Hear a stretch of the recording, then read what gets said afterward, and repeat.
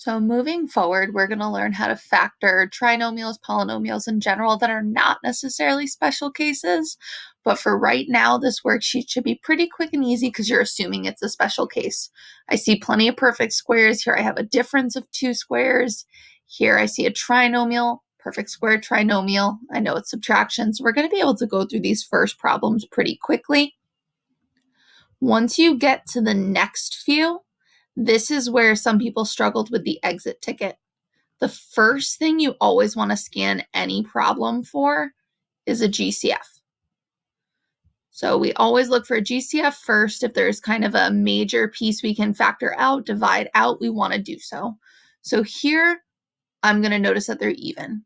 Here, I'll notice that every one of those is divisible by 3, and so on. Again, even is kind of your biggest clue. These are both divisible by 4. They might be divisible by something else. So even if you go piece by piece, that's okay. But it's something to look out for, especially on the second half of this worksheet. So I'm just going to try this one. The first thing I'm noticing is that I don't love that these terms are backwards from what we're used to working with. So I'm just going to rewrite it as 3b squared plus 6b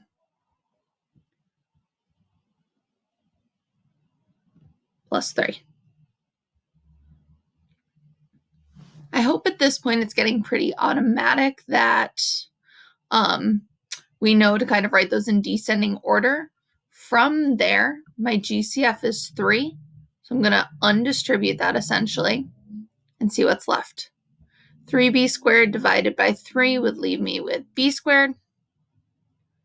6b divided by 3 would leave me with a plus 2b. And then 3 divided by 3, that last constant, I'll be adding 1. 1 is sometimes tricky to notice as a perfect square, but since we know we're looking out for special cases, I have b squared. This is the same as 1 squared. This is twice the product. It's not too much of a stretch to get to that final answer, which is going to be 3b plus 1 squared.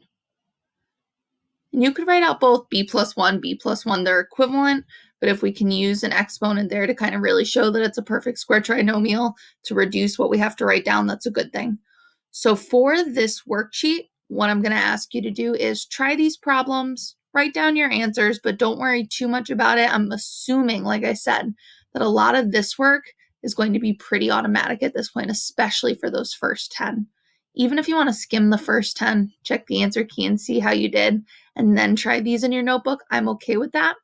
For today, I'm not having you input too many answers. I didn't make a Google form or anything just because the exponents can be so annoying to work with, and we'll do more of that when we try factoring other polynomials that are not special cases.